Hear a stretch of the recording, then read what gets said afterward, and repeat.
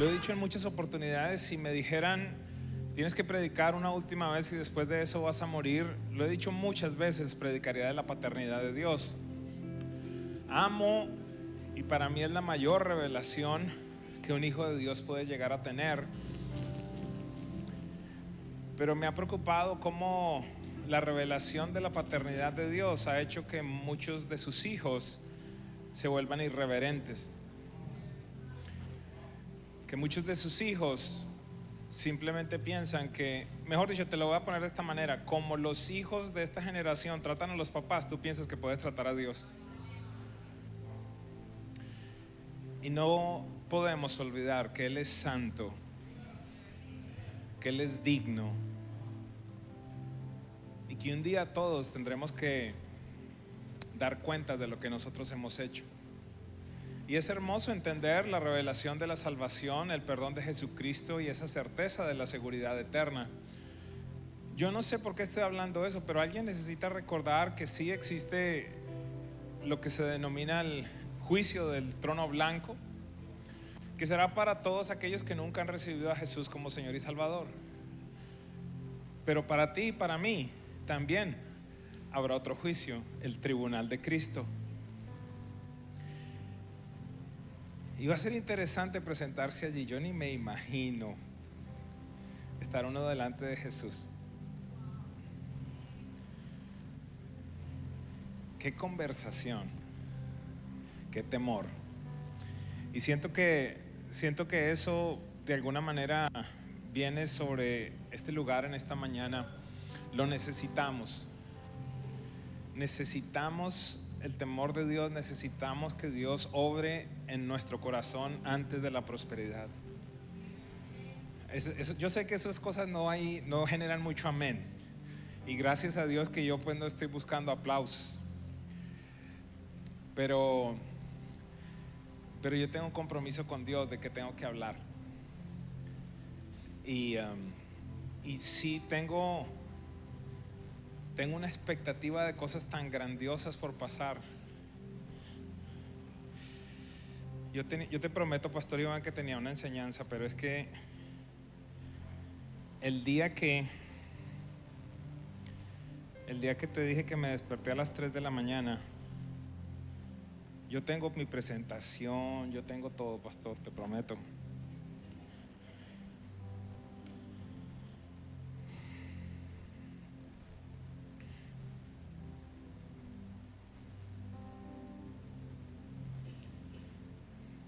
Regálenme un segundo y voy a la escritura que el Señor me habló.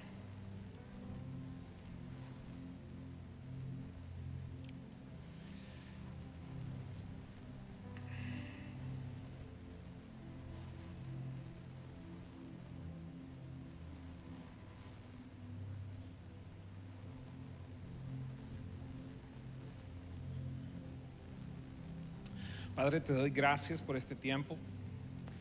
Te doy gracias por tu presencia en medio de nosotros. Y te doy gracias, Dios, porque esta no será una casa que esté marcada por un corazón doble, Dios. No será una casa que esté adorando a los ídolos del pasado y a un nuevo ídolo ahora, Dios. No será una casa que presentará fuegos extraños en altares paganos, Dios. Te doy gracias por los nuevos tiempos que tú has determinado. Te doy gracias por lo que tú estás trayendo sobre este lugar. Y te doy a ti toda la honra y toda la gloria, Dios. Y oro en el nombre de Jesús. Amén. Simplemente voy a leer la Biblia. Cuando el pastor Iván me dijo hace un par de meses para venir, o no sé cuánto, hace 4 o 5 meses, estuvimos muy emocionados como siempre. Ya había pasado algún tiempo que no habíamos podido venir. Y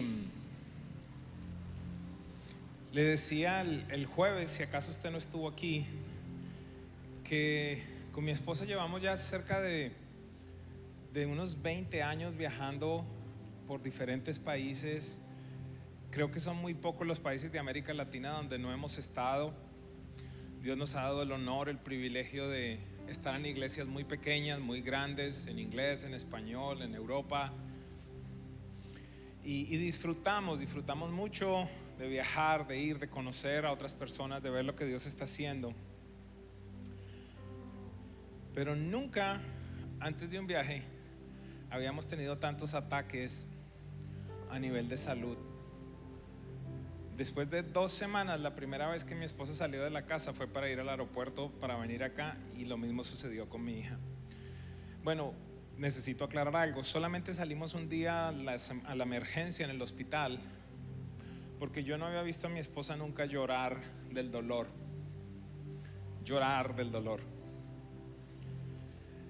Y le hicieron los exámenes y no encontraban nada, ¿verdad? No tiene COVID, no tiene influenza, tómese algunas cosas y regrese a casa, pero no pasaba nada, no continuaba ese proceso de sanidad. Seguíamos orando y estuvimos a punto de decir en determinado momento: voy yo solamente y quédate con la nena.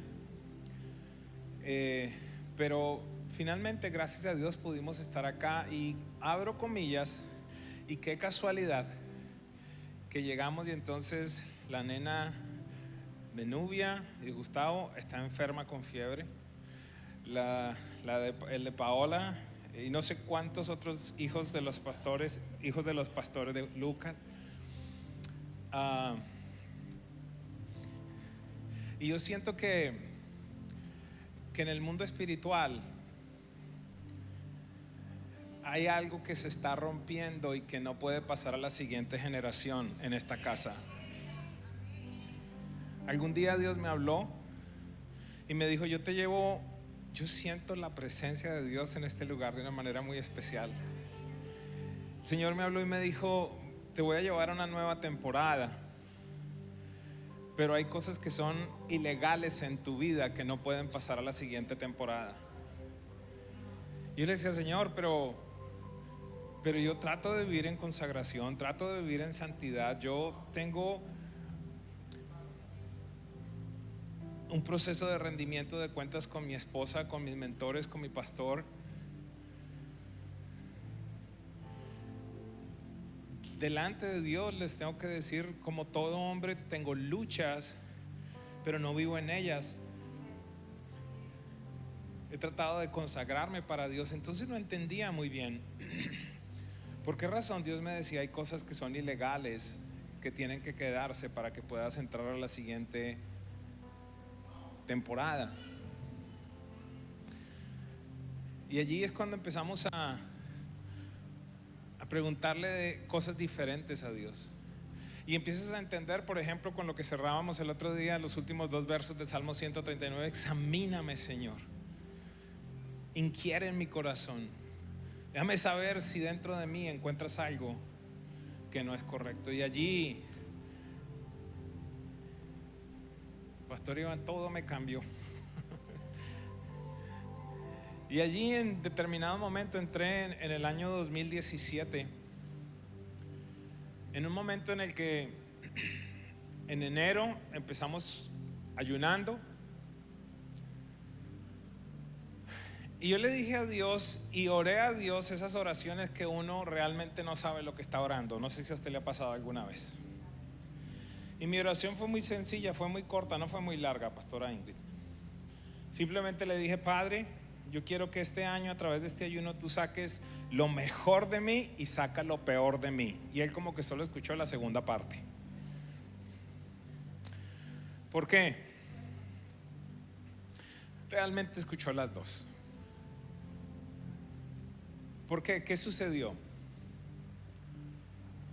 Parte de mi preocupación y de mi inquietud de tener ese tiempo en el inicio de año, siempre lo tenemos, pero en un instante lo prolongué a 40 días por todo lo que estaba pasando. Fue porque en ese momento mi hija tenía como 3 añitos y medio, y a veces ella llegaba al edificio de la iglesia y venía uno de los muchachos de la alabanza y la adoración, y ella se sonrojaba, se ponía nerviosa, y todo el mundo: ja, ja, ja, ja, ja, a Marianita le gusta fulano. Y al principio yo: ja, ja, ja, ja, ja, y después ja, ja, ja, ja, ja, ja, 3 años y medio. Y es que mamá, papá, tenga cuidado porque su hijita de 5 se está vistiendo como una de las muchachitas que anda en la calle que no tiene papá. Porque es que algunas veces en las iglesias vienen vestidas como si yo pregunto, si vienen vestidas hacia la iglesia, ¿cómo estarán los jueves y los viernes en otros lugares cuando van a cualquier otro lugar?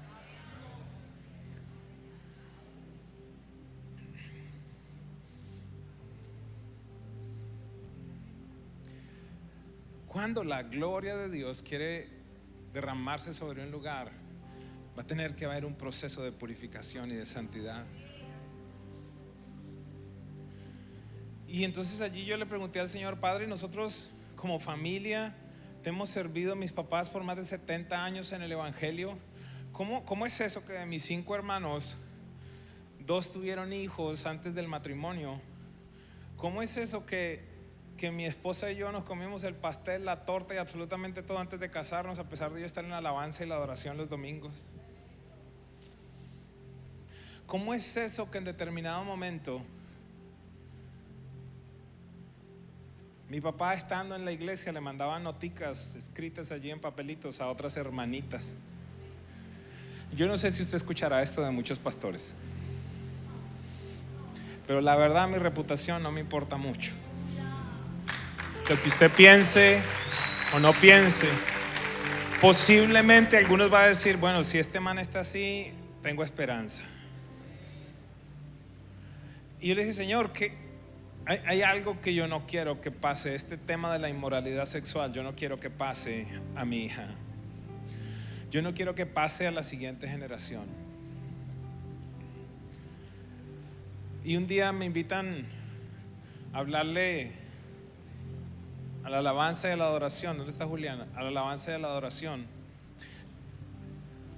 Él debería estar acá en este momento, no sé, a menos que tenga algún tipo de emergencia. Tiene una emergencia. Porque es que es muy complicado cuando desde el altar se ministra fuego extraño. Tú puedes cantar las mismas canciones que ministra otra persona que no tiene tu talento, que no tiene la capacidad musical, pero resulta que Dios hace cosas muy grandes porque está saliendo desde un corazón puro. No estoy hablando de Julián, digo que él debería estar acá por el encargo que tiene de cargar la alabanza, la adoración en esta casa. Entonces resulta que me invitan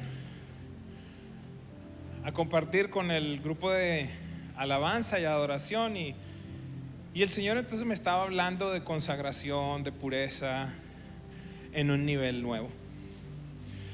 Entonces empiezo a hablarles a ellos y les digo, mira, esto es lo que vamos a hacer esta noche. Dios nos está llevando a esto. Una parte fundamental va a ser el ministerio de alabanza y adoración.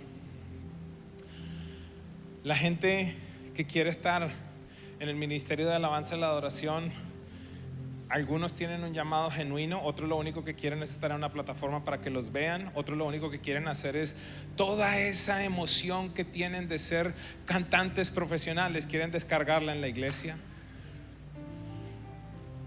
Y se presentan ante uno con con la hoja de vida.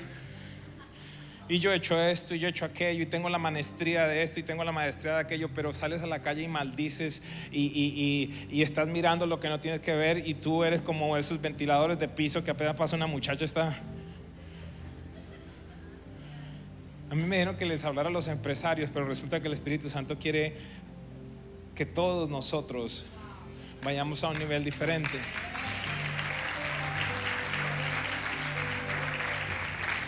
Y entonces empiezo a hablarle a la gente de la alabanza y la adoración y empiezo a decirles, mire, Dios quiere esto de nosotros, quiere que vayamos a un nivel diferente, quiere que estemos mucho más consagrados, y parte de lo primero que tenemos que hacer es tener rendimiento de cuentas en la parte sexual. Y los separo y les digo, quiero que tengan un instante, por favor, hombres con hombres, mujeres con mujeres. Si usted tiene alguna, si acaso tiene alguna situación, pues vaya, háblelo, por favor, rinda cuentas, expóngala. Cuando usted trae las cosas a la luz, allí empieza a perder fortaleza.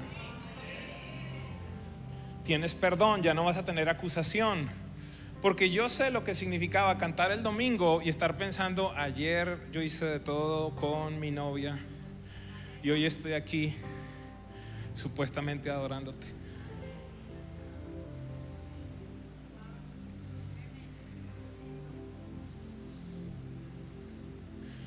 Y yo dije, vamos a tener 20 minutos. Y tuvimos 20, y tuvimos 30, y 40, y 50, 1 hora y media, porque había una ratonera en la casa de Dios. Y a pesar de todo, esa casa ha sido marcada con el nombre Presencia Viva. Yo pensaría que si hubiésemos estado en el Antiguo Testamento muchos domingos, ninguno de los que estaba ahí hubiera quedado vivo, incluyendo este.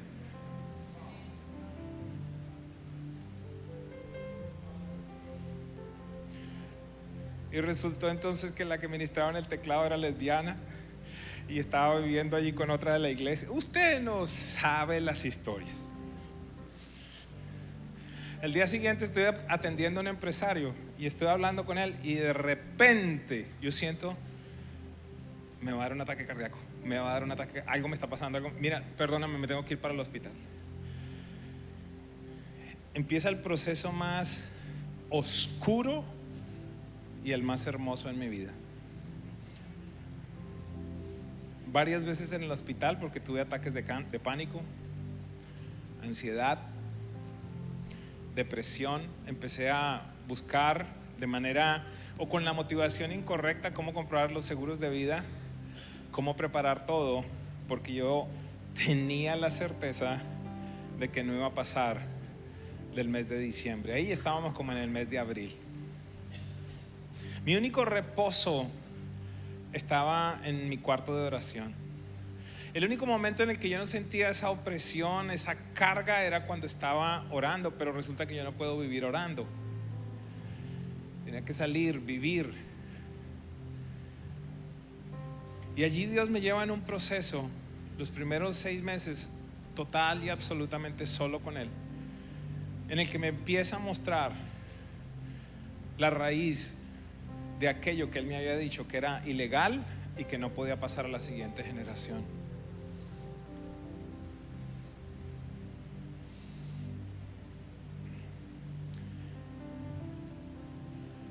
Descubro cosas de mi familia de origen, de esa familia que era admirada en la iglesia, de esa familia que decían, la familia Castro, mire lo tan lindo, los ancianos de la iglesia, sus hijos cómo sirven, esa es una familia ejemplar. Empiezo a ver cómo la maldición de inmoralidad sexual había estado evidentemente en mi padre, en mis abuelos, en mis bisabuelos, y cómo tenía autoridad legal a pesar de yo haber recibido a Jesucristo como Señor y Salvador.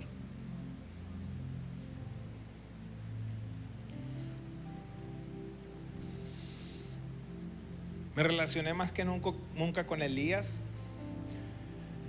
viendo esa batalla que tuvo con Jezabel y cómo me identificaba tanto, porque él va, mata 850 profetas, hace descender fuego del cielo, hace que el cielo se abra, hace que el cielo se cierre, y una mujer le dice, hey, mañana a esta hora estás muerto, y el tipo sale huyendo en depresión, en oscuridad, a decirle a Dios, mátame.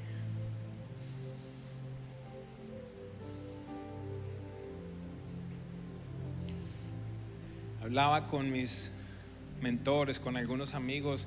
Esa fue una temporada en la que varios de nosotros vivimos situaciones como esa. Yo los llamaba y les decía, no, estoy en esto, estoy en aquello. Y entiéndame, algunos de ustedes quizás tienen que lidiar con pecado que tienen que dejar. Otros de nosotros, o al menos a mí en esa época, no tenía que ver con el pecado, tenía que ver con ciertas iniquidades, pecado familiar que estuvo en las generaciones anteriores. Y yo quiero decirle algo: el pecado personal, a menos que usted se haga loco, se identifica fácilmente, porque usted sabe si es tracalero, como digan acá, traqueteo, lo que sea. Usted sabe si es chismoso, usted sabe de qué tamaño es su lengua, mujer. Usted sabe si es cantaletoso, usted sabe si roba, usted sabe si es vulgar, usted sabe si tiene problemas con el alcohol, con el consumo de drogas, si es workahólico o adicto al trabajo. o si tiene problemas de envidia, usted sabe, o si tiene problemas de inmoralidad, usted sabe eso, a menos que se haga el loco. Porque si usted recibió a Jesucristo como Señor y Salvador, Jesús mismo dijo que el Espíritu nos convence de justicia, de juicio y de pecado. Si usted está metiendo la mano donde no tiene que meterla, con la sucursal y la segunda y la tercera, y no siente convicción de pecado, usted no es salvo. El Espíritu Santo no está dentro de usted. El Espíritu Santo le estaría diciendo: huye de acá, vete. Discúlpeme si le daño la teología a alguno, pero es que ahí es donde viene el primer problema que les digo. Como yo soy hijo de papá, como él me reconcilió, como soy adoptado, vivo como se me da la gana. En serio.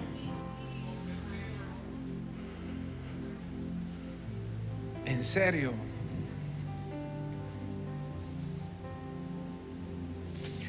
Entonces algunos tendrán que lidiar con el pecado, otros con esto que yo llamo el pecado familiar. ¿Y cuál es el problema con el pecado familiar, iglesia? Que tú creciste con él y se volvió parte inclusive casi que de tu carácter, tus costumbres, tus decisiones, y ya no te das cuenta, estás ciego. Algún día hablaba de esto y entonces un muchacho viene y me dice: pastor, imagínese que fui a visitar a mi tía. Llego a la casa y lo primero que mi tía me dice es: ¿qué hubo, mijito? ¿Qué se va a tomar? No, tía, no quiero nada. No quiero un whiskycito. No, tía, no quiero.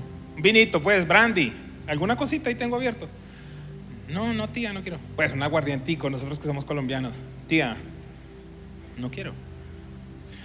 Tómese una cervecita entonces, por lo menos. Tía, no quiero. Respuesta de la tía: usted definitivamente no parece García, ¿no? Se lo explico. Esta mujer lo que está diciendo es: en nuestra familia hemos tenido un problema de adicción al licor que ya es parte de nosotros y usted no se parece a nosotros. ¿Qué fue lo que le pasó? Lo tuyo quizás es el robo. Lo tuyo quizás es que viste lo que viste o lo que escuchaste decir: ay, no, es que el abuelito mío era bien coquetón. Coquetón no, un mujeriego, adúltero, inmoral. Ay, es que las mujeres de nuestra familia ya son bien dadivosas. En serio, eso no, eso es inmoralidad. Porque no estoy hablando de dadivosas que andan a un mercado o comida. Pero entonces, como tú creciste, como tus abuelos lo hicieron, tus papás lo hicieron, tus hermanos lo hicieron, para ti eso es.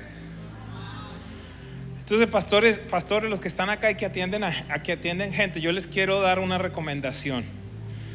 Fíltrenla con su pastor, si su pastor está de acuerdo, por favor. La recomendación mía: usted no sabe el pánico que me da cuando yo le digo a una persona: mira, y qué tan complicada fue tu vida en la relación pasada en el tema de la sexualidad. No, lo normal. Entonces, cuando a mí me dice lo normal, yo entro en... ¿Por qué? Porque yo le tengo que preguntar: discúlpame, ¿qué es lo normal para ti? Porque entonces un día estaba con un hombre que viene y me dice: es que tengo problema porque veo que mi hija está saliendo mucho a la calle, no sé qué. Y yo le digo: ok, ¿qué límites tiene? ¿Qué parámetros le has dado? No, lo normal. Cuéntame qué es lo normal. Ah, no, pastor, es que mi hija sabe que después de las 3 de la mañana no puede llegar a la casa. Y yo le digo: wow, mira, ¿y qué es lo que pasa después de las 3? La calle se pone súper dura. Ah, pero a las 12:50, a la 1:30, a las 12, ay, papá, alguno está aquí ya empezando a manifestarse. Viene otro empresario y me dice: ¿sabes algo? Tengo una sospecha de que mi hija está consumiendo marihuana. Y quizás tú le hubieses preguntado cualquier cosa, pero el Espíritu Santo me habla y me dice: pregúntale si tiene un bar en su casa. La niña consumiendo marihuana, ¿qué tiene que ver la pregunta del Espíritu Santo del bar? Y él me dice: sí, tengo un bar. ¿Y qué tienes ahí? ¿Qué me contestó? Lo normal.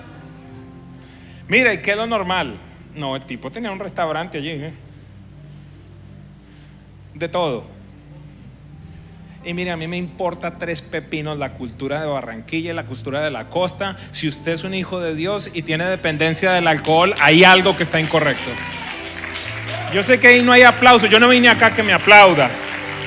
Yo vine a predicar la palabra de Dios. Y si Dios está hablando a mí, que están a pasos de la victoria, la primera victoria que tienes que tener es con la iniquidad, con el pecado, con una vida inmoral, con una vida de robo, con una vida de falta de integridad. ¿Qué victoria? ¿De qué victoria? Que porque tu cuenta de banco es muy grande.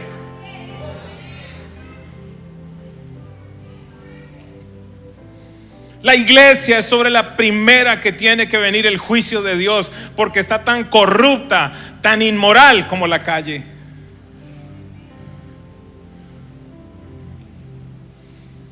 Hoy día me siento como esas películas de soldados donde van batallones y están entrando a atacar al enemigo, y entonces va el soldado y el del lado ¡pah!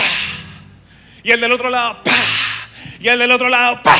Y está como solo el tipo. Así me he sentido en los últimos años con todos los ministros que he tenido que ver acribillados por el pecado. Ahí no hay mucho aplauso. No me aplaudan, no me aplaudan. Simplemente pídale al Espíritu Santo que eso le caiga a usted. Porque imagínese si el liderazgo de la iglesia está así, ¿cómo estará la iglesia?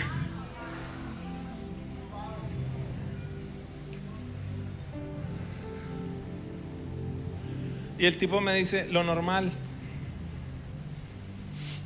¿Qué es lo normal? Pues yo tengo lo normal: whisky, brandy, ginebra, esto, aquello, lo uno, lo otro. Y ella te ve consumir. Bueno, sí. Entonces yo le digo, ¿sabes qué fue lo que pasó? Que para tu hija ese es el estándar desde el que se va a parar. Entonces ya no tiene necesidad de salir a buscar cócteles, whisky o lo que sea, porque en la casa hay. Voy a probar con algo.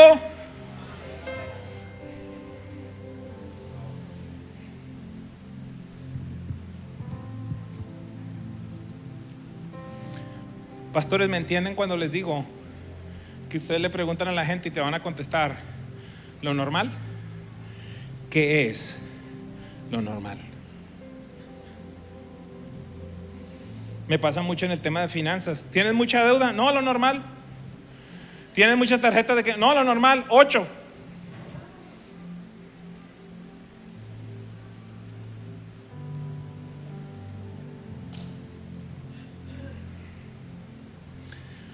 Me dijeron que tenía hasta las 10:10, así que aguanten 12 minutos más, ¿está bien? Y los religiosos no se pongan bravos si no he leído ningún versículo, porque todo lo que hay acá es palabra de Dios.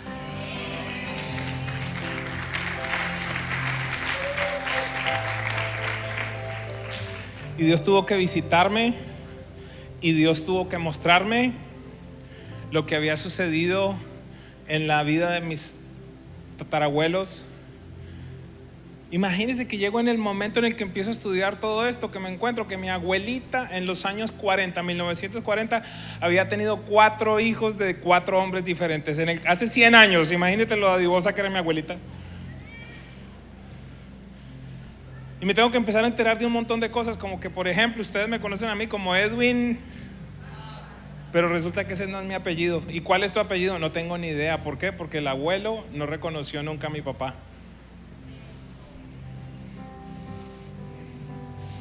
Y mi segundo apellido es Morales, pero no es Morales. ¿Por qué? Porque tampoco el abuelo reconoció a mi mamá. Y todo esto me empieza a pasar en un momento cuando me estoy empezando a quedar sin identidad. Todo lo que yo era Edwin Castro Morales. No, Castro no eres, Morales tampoco. ¿Quién soy yo? Y continúo todo este proceso. Alguien, así sea uno, que tome una decisión en este día, estoy feliz, así no me vuelvan a invitar acá. Sé que no va a ser así, pero alguien está cerca de la victoria. No permitas que tu siguiente generación sea derrotado como tú has venido siendo derrotado por tantos y tantos años. Yo sé lo que significa el ciclo de estar en la iglesia, salir a la calle, pecar, la condenación del diablo, sentirte una porquería, dudar en si venir o no venir, porque tú ves el del lado y se ve súper santo, está igual o peor que tú.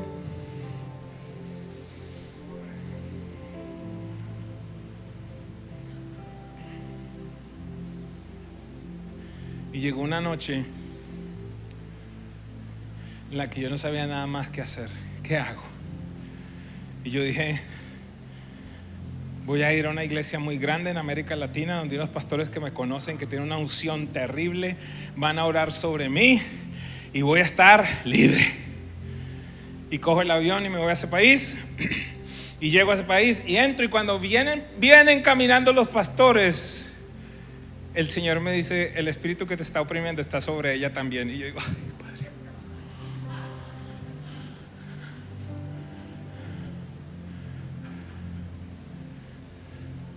Al día siguiente, por X o Y razón, me estoy reuniendo con alguien del equipo ministerial y me dice, no, es que tú sabes, la pastora ya lleva 2 años en depresión. Sí, escuché bien. Sentía una carga constante, no tenía esperanza, todo lo veía gris. Tomo el avión de regreso en la madrugada a Bogotá y yo veía a la gente tomando en el avión allí al lado mío. Y yo decía, todos estos impíos felices, y yo aquí pensando que me va a morir, Señor. Me tuve que ir al baño y por el tamaño mío casi ni podía levantar mis brazos para decir, ten compasión de mí, Señor. Mi hija está pequeña, mi esposa, Señor, no quiero morir, Satanás me va a matar, Señor. Y el Señor me dice, cuando llegues mañana en la madrugada, ve y confiésale a tu esposa todas las cosas. Yo le digo, ¿qué le voy a confesar si ella ya sabe todo de mí? Ve y confiesa, vuelve a hablar. Pero ella ya lo sabe, Señor, vuelve a hablar. Llego a las 5 de la mañana a Miami, entro de derecho a mi cuarto de oración y quedaba, en el momento en el que vivíamos allí, quedaba al lado de la cocina. Como a las 6 y algo, yo veo que ella sale a hacer su café y el Espíritu Santo me dice, llámala. Yo tengo temor, Señor. Las mentiras me decían, tú has sido un inmoral. Yo me sentía un violador, me sentía que había violado a niños. O sea, era como si yo fuera el peor. Y la verdad es que yo estuve en la iglesia y yo de eso no fui tan. Para serles bien claro, ella ha sido mi primera y mi única mujer. Pero venía esa condenación de Satanás. Mari entra, yo la llamo y le digo, mi amor, necesito hablarte. Y estoy allá arrodillado. Y yo le empiezo a abrir mi corazón, le digo, mira, esto me está pasando. Ella ya sabía, ella lo veía. Este hombre que ustedes ven acá, a veces con autoridad, dirá, wow, qué tipo. Me sentí una piltrafa. Y le digo, yo quiero volver a contarte cosas que seguramente ya sabes. Mira, a mí me pasó esto cuando tenía 7 años, me pasó esto. Me dieron películas pornográficas a esta edad, me pasó esto, me pasó aquello. Y en tanto estoy en medio de eso, yo decía, voy a perder el ministerio, mi esposa me va a dejar, todo se va a acabar, va a salir la noticia. O sea, yo me sentía que era yo no sé quién.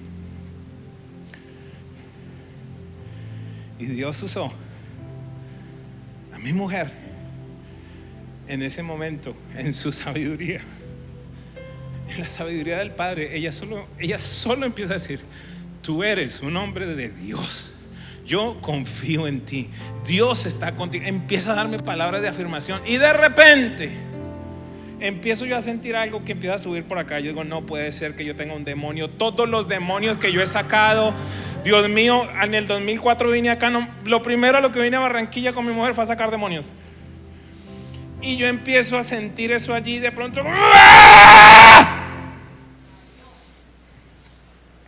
mi esposa me liberó. Mi esposa me liberó de algo que tenía no sé cuántas generaciones. Y yo le voy a explicar fácilmente cómo usted identifica eso. Yo tenía que tener voy a decirlo de esta manera, la bestia domesticada para no tener que ver lo que no tenía que ver. En los momentos en el que salía una película con escenas que no tenía que ser, yo tenía que mirar para otro lado porque había algo que llamaba la atención. Se lo voy a decir de esta manera: había un imán que atraía eso.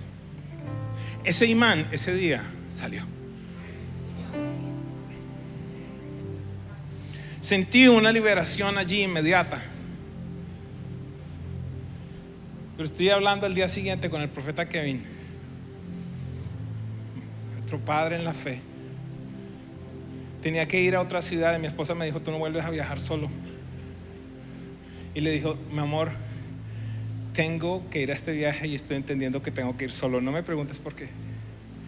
Los hoteles son súper corruptos. Los hoteles, lo que gira alrededor de los hoteles. Yo llego a algunos hoteles donde me dicen: lo que necesite me avisa, y lo que necesite no es más toallas.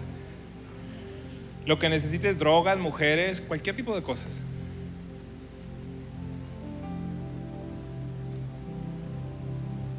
Le dije: tengo que ir solo. Y tuve que ir solo. Solamente la realidad, esa noche lo que hice fue que hablé por largas horas con él. Y allí vino la palabra que cambió absolutamente todo. En su manera fuerte de ser me dijo: el diablo no te va a matar, no te puede tocar. Escúcheme, iglesia, por favor. Lo que salió a continuación cambió todo, pero fue bastante difícil. Me dijo: Edwin, Dios te quiere matar. Quiere matar todo lo que es ilegal, y ahí entendí, y que no puede ir a la siguiente temporada de tu vida. Todo cambió porque dije: es un proceso de amor de mi padre, no del enemigo que quiere sacarme de acá.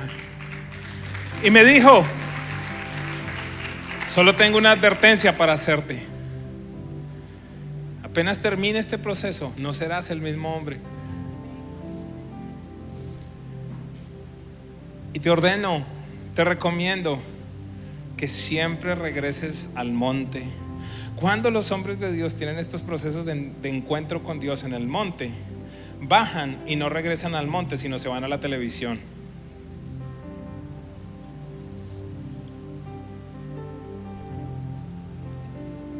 Para hacerse más famosos. No tengo nada de malo con la televisión, los medios de comunicación.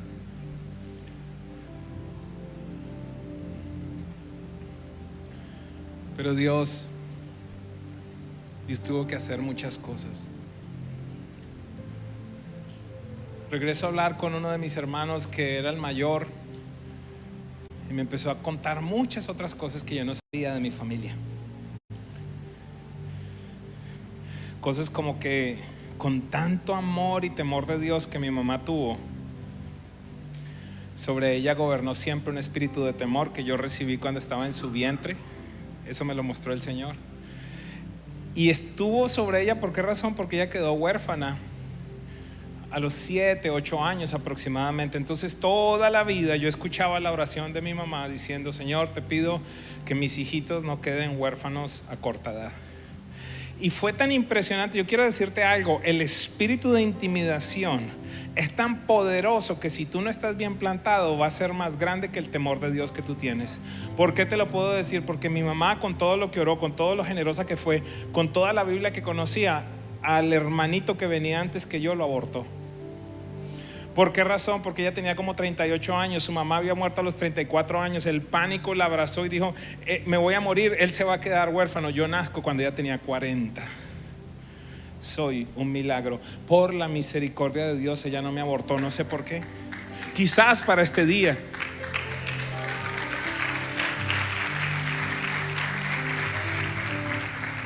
En la conversación con mi hermano, entonces me entero que mi apellido no es Castro, que el segundo apellido no es Morales, y estoy a punto de levantarme. Y cuando él me cuenta todas estas cosas, estoy a punto de levantarme y recuerdo algo. Recuerdo que siempre me molestaba mi segundo nombre. Y siempre que yo le preguntaba a mi familia: mire, ¿y por qué mi segundo nombre? Se reían, se hacían los locos y nunca me decían nada. Y ese día yo le dije: yo necesito que tú me digas cuál es el rollo con mi segundo nombre. Edwin Leo. No era Leopoldo, Leonardo, Leodovico, lo que sea, Leo. Y yo no tengo nada con el Leo, sino a mí no me gustaba. Y entonces él se vuelve a reír. Me dice: te voy a contar. Papi fue ausente emocionalmente, me dice. Y yo tuve que acompañar a mi mamá, a nuestra mamá, dijo él, es mi hermano mayor, en muchos momentos. Y una de las cosas que yo tuve que hacer fue ir a registrarte, porque mi papá no lo hizo. Yo como hermano mayor te llevé. Y ¿qué tiene que ver? Pues que mi papá y mi mamá querían que tú te llamaras Edwin David. Wow, ese sí me gusta. Edwin, amigo fiel, David, ustedes saben. Y le digo, ¿y? Me dice, bueno, yo tenía como 16 años, asistíamos a la iglesia. Papá estaba bastante ausente emocionalmente y el pastor de esa iglesia se volvió como en un padre para mí. Me discipuló, me acompañó, me hizo crecer. 16 años tenía, un jovencito. Y digo, ¿y? Y su esposa, la pastora Leonor, se enamoró de mí. Digo, ¿cómo así? ¿La pastora de la iglesia se enamoró de ti cuando tenías 16? Sí. Y el día que te fui a presentar, ella me acompañó. Y ella quitó el David y puso su nombre en tu nombre. El espíritu de Jezabel puso posesión sobre tu vida.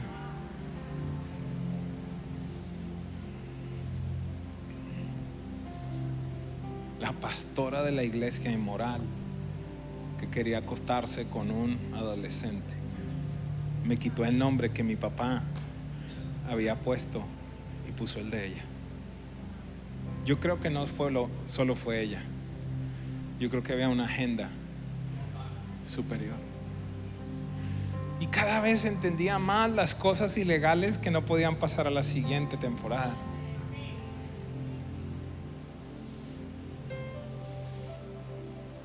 Tuve que pagar, evidentemente, invertir recursos, ir a Bogotá y legalmente cambiar mi nombre. Para mí fue un día maravilloso. La verdad es que no, con el simple registro de nacimiento que tengo nuevo, con ese nombre ya me ha bastado. No he cambiado la cédula en nada de eso, pero es que yo ya sé quién yo soy. Y ya esa fuente original ya no existe, esa autoridad ya no está.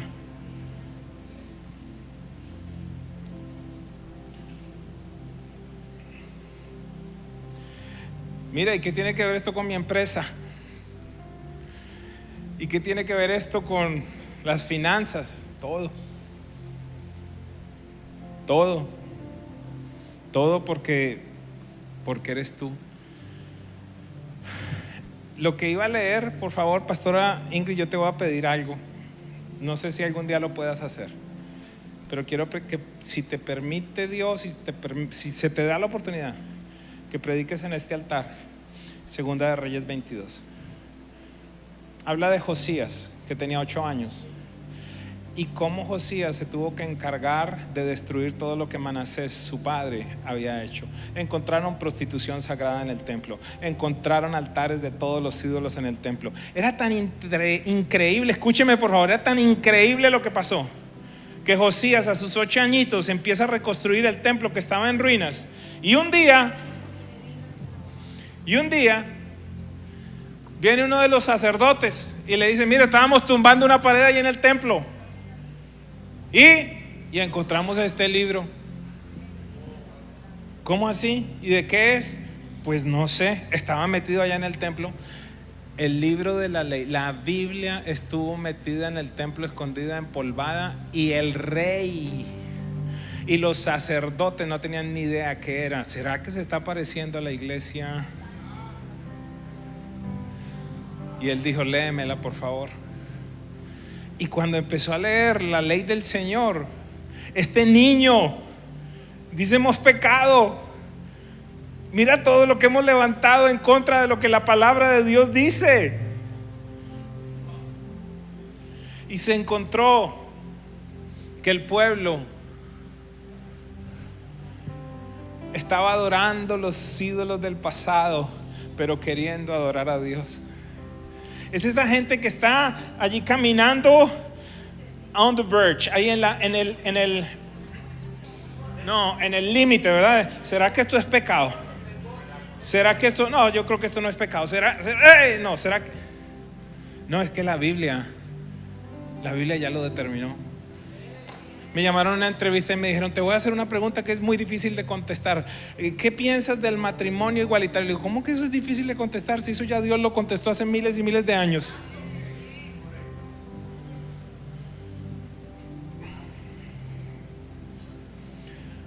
yo quiero felicitar a todos los que no se han ido hasta este momento, porque esto no lo aguanta todo el mundo.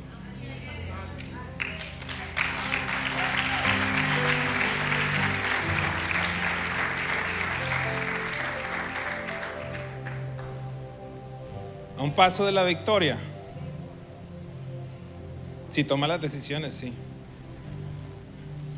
Estamos viviendo en una época en lo que, escúcheme con atención, en la que lo que una generación toleró, la siguiente lo aceptó, la siguiente lo abrazó y la siguiente lo está legalizando, y si seguimos así nos lo van a poner obligatorio. Que ahora yo voy a tener que, nunca va a pasar, pero entonces con falda aquí a predicar la pastora Edwina, hijos del diablo. Que el juicio de Dios venga sobre toda persona que tiene agenda para destruir la mente de tus hijos, para dañar a esa generación. Aquí se tiene que levantar alguien a decir literalmente: con mis hijos no te metas. Yo instruyo a mis hijos en la palabra de Dios, los levanto en temor de Dios. Amigo, amiga, de nada te sirve tantos millones si pierdes tus hijos. No sacrifiques a tus hijos en el altar del éxito. Me impresiona que llego a ciertas ciudades, me reciben en la casa de los pastores y salen los niños y empiezan a hablar, y digo: pero ¿y esto qué es? ¿Por qué los niños no tienen el acento del papá y la mamá? Digo: ¿qué es esto? Y de pronto sale la muchacha del servicio y empieza a hablar, y yo digo: ya sé quién lo está criando, y al que le dé, le dé.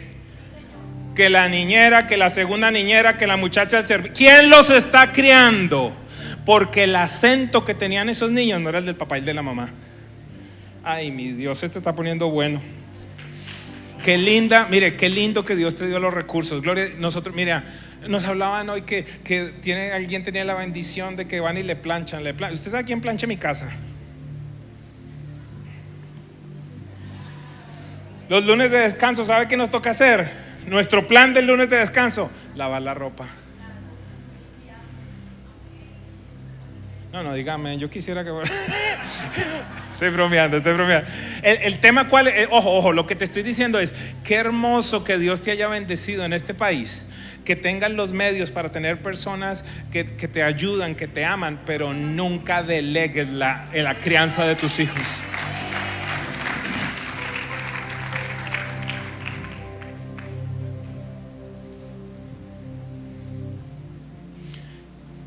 Porque yo me imagino esto.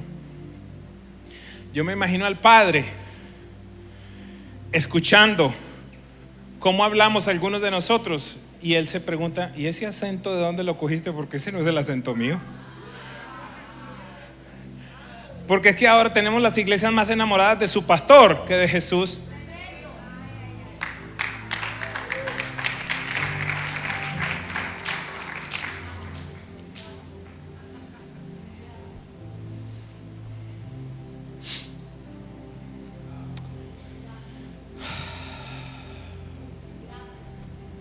Amados, esto es una realidad. Los gigantes que tú no derribes en tu vida los tendrán que enfrentar tus hijos. Entonces, para que no digan que no use la Biblia, volvamos al último versículo que usé hace un par de días. Escudriñame, oh Dios, y conoce mi corazón. Pruébame y conoce mis inquietudes. Y ve si hay en mí camino mal. Mire, esto es un hombre, esto es una mujer que ha comprendido. Esta es mi postura bíblica del versículo que dice: porque engañoso es el corazón y perverso, ¿quién lo conocerá?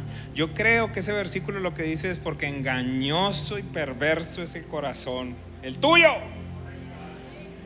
Porque andamos pensando en el corazón de los otros. No, el tuyo, el mío. ¿Quién lo conocerá? Solo Dios.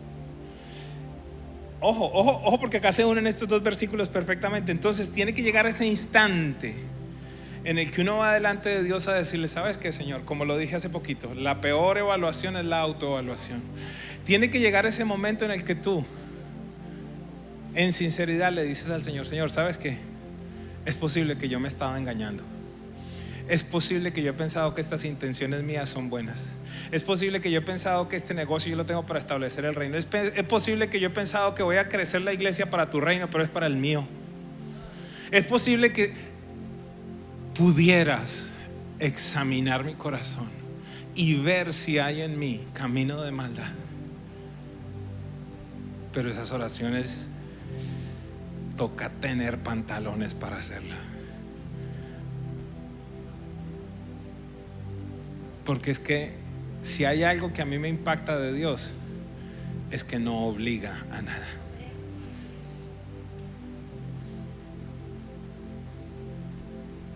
¿Y tú cómo sabes eso? ¿Cómo más pudo decir Jesús: nadie me quita mi vida, sino que yo de mí mismo la pongo? El Padre no lo obligó. En el cielo no hubo una orden: baja a morir.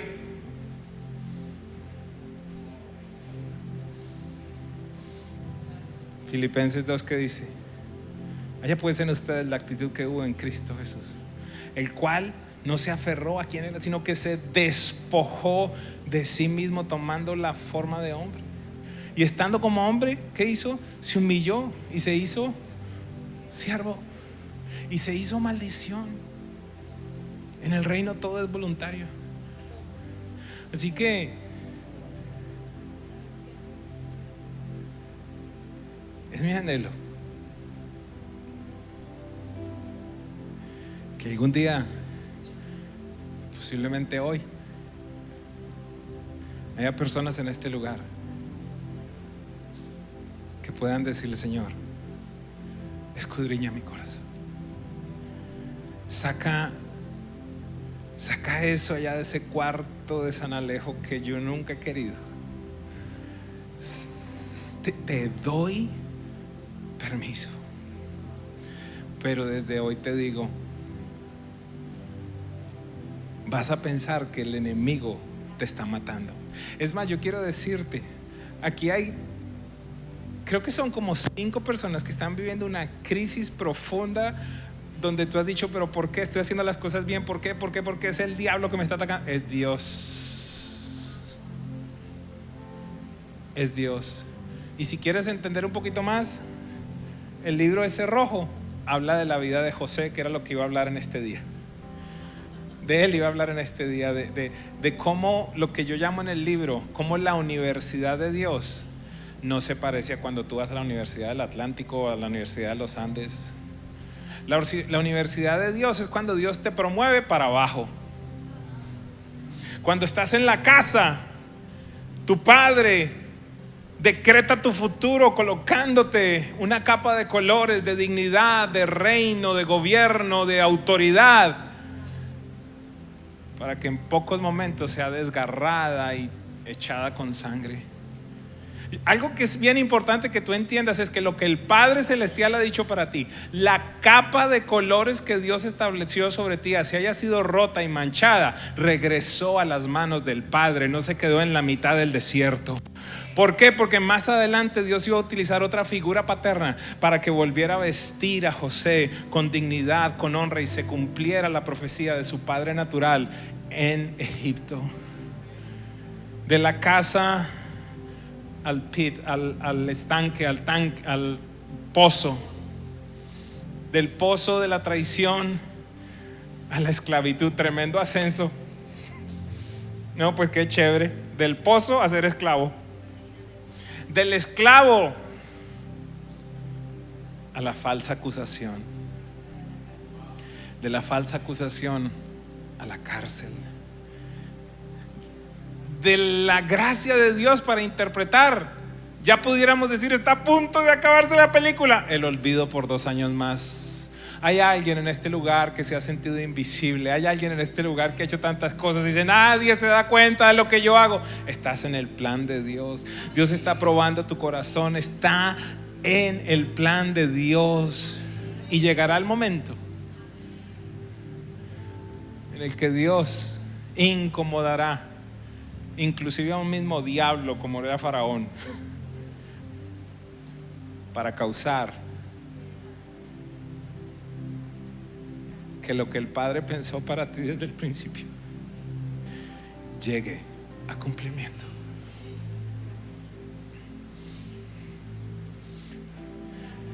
En la vida hay tiempos en los que pensamos que retrocedemos. En la vida hay momentos en los que pensamos que como que si estuviéramos yendo para atrás. Y lo peor es cuando estamos haciendo todo bien. Decimos, Señor, ¿pero por qué? Y trabajamos y no vemos muchas veces el fruto que nosotros esperáramos. Y tengo que recordarte que tú eres como una flecha en la aljaba de Dios. Y lo que pasa con las flechas es que primero tienen que ser tiradas hacia atrás. Y entre más atrás va esa flecha, más lejos va a llegar. Tu vida está en las manos de Dios. Yo no tengo ni idea nada de ti, pero solo sé que estás en la mano del Padre. Que aunque sea doloroso, que aunque parezca que estamos retrocediendo, no tengo ni idea de qué. Y por favor, juzga. Yo no soy la voz de Dios. Por eso yo nunca digo así dice el Señor. No, esto es lo que yo entiendo. Nada se ha salido de la mano de Dios. ¿A usted no le parece gracioso cuando oramos, Señor, toma el control? Ya el pastor Iván vino a sacarme. Ya acabé, pastor Iván. Señor, toma el control. Yo me imagino a Dios desde el cielo diciendo, ¿cuándo lo he perdido?